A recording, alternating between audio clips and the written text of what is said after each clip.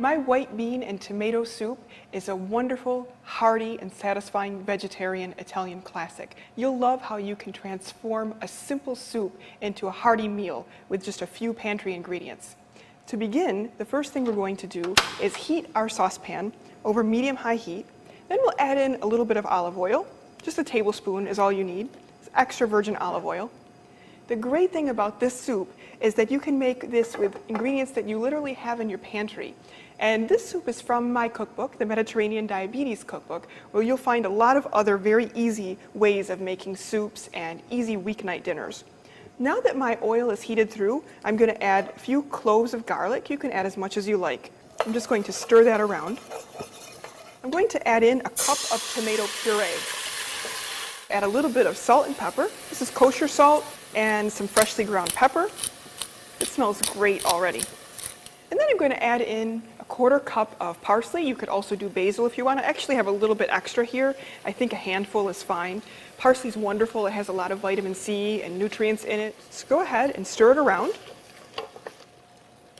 So now the sauce is boiling. What I'm going to do is turn down my heat and let this simmer with a cover for about 15 minutes. The sauce is going to get nice and thick. You're going to see along the side of the pan a little bit of crust is developed. If you scoop that off and spoon it off, that's where you have all of your flavors. So make sure to incorporate that in your sauce.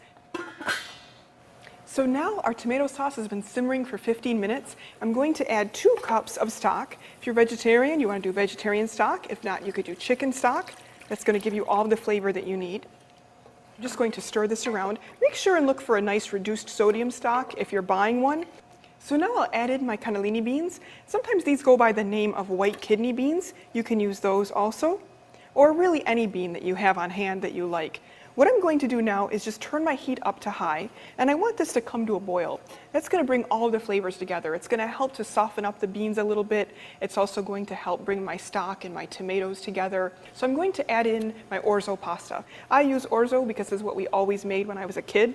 You're going to see that the orzo becomes nice and cooked through. You want it a little bit past al dente. Now that it boils, reduce the heat and put the lid on, and then we'll let it simmer for about 15 minutes.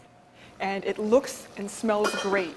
You can see on the side of the pot where there's kind of that line that goes around, and about 1.5 inches south of there is where our soup has migrated to. That's exactly what you want. That means that the soup has condensed, it's thickened as it's cooked, and all of those flavors have become more rich and concentrated. So let's ladle this right into our serving bowl. You can see how nice and thick that got. It's almost a stew consistency, and that's what we like for this. We're going to garnish this with Romano cheese. You could use Parmigiano or Grana or anything that you want.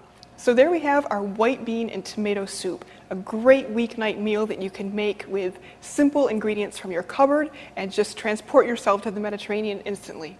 Enjoy.